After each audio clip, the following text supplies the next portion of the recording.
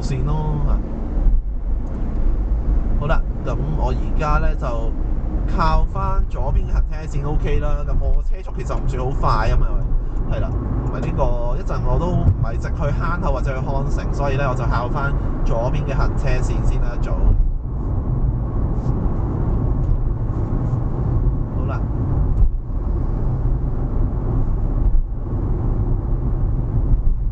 不過咧前面嗰架即係泥頭車都行得比較慢啦，可能因為佢都車住好多嘅，佢都叫做貨咧，好多嘅廢料啊，可能佢驚行得太快咧，啲廢料掟晒出嚟啊。其實呢條路咧，周不時咧見到地面上好多垃圾咧，甚至乎有啲大型木板啊、啲廢料喺地下，好多時候都係由嗰啲回收車輛咧掟咗啲垃圾出嚟嘅。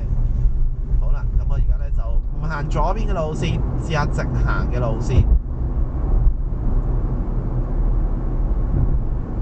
好，咁咧行呢一條路線咧，基本上就係做兩個嘅 loop 啦。首先我哋cut 去左手邊做第一個嘅 loop 先啦。咁其實好多將軍澳，然之後咧係即係入嚟將軍澳嘅巴士線啦。咁啊由將軍澳隧道一出嚟之後咧，都係會咁樣行嘅，做翻兩個 loop 去翻寶林嗰邊先啦。98D 路線啊，或者以前嘅297路線啊，譬如798路線啊、694路線啊，佢哋都係咁樣行呢一個嘅 loop 嘅啫啊。好，嗱呢一度咧小心啊，快上位啊，前面50、50、50、50啊，因為呢個快上位我諗係以前因為曾經發生過啲好嚴重嘅交通意外啦，喺最前面嘅一個迴旋處啊，一架巴士我好有印象，細個即係一啲悲劇災難。好啦，咁然後咧前面嘅的士原來都係咁樣行嘅喎，佢都係寶林嘅喎。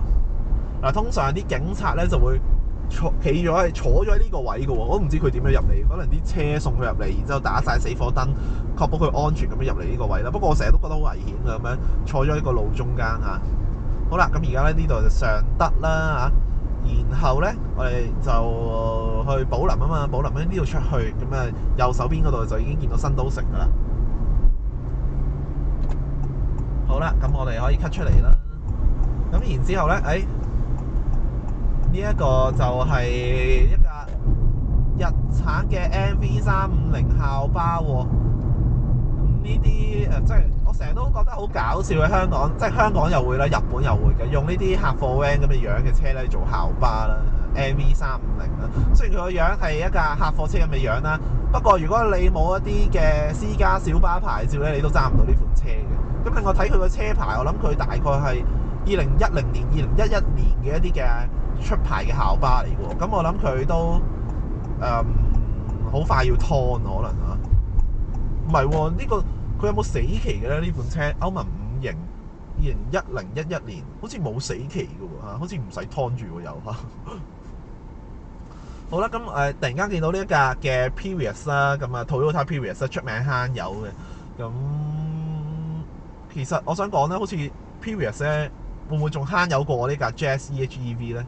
好似都不相伯仲嘅嚇。其實當初我都有考慮過買呢一款車嘅嚇。咁但係就最後就買咗呢一款啦，因為如果同樣嘅價錢係買唔到嗰款車比較新嘅型號咯，即係你可能只係買到18年啊、19年嘅型號啦。咁但係如果用同樣嘅價錢，亦都可以買到我呢架車2022年嘅型號。咁我想買架新少少嘅二手車，咁所以就買咗我而家呢一架啦。好啦，咁而呢一款 Prius 啦，無論第3代定第4代啦，都係 Uber 成日會遇到嘅車啦，都坐過嘅自己，都即係淨係坐過後座啦。呢款 Prius 第4代嚇。好啦，咁而家咧就嚟到新都城啦。咁 OK，我揸埋入去新都城嘅嗰個主要核心啲嘅位置先啦。好。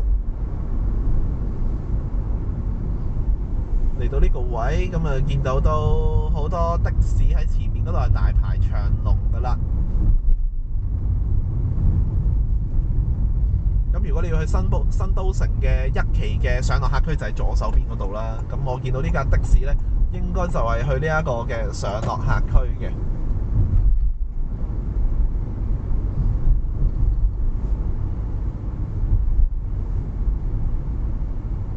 好啦，咁而間咧，我哋繼續咁樣去行啦。前邊咧就有一架的士喺度落客。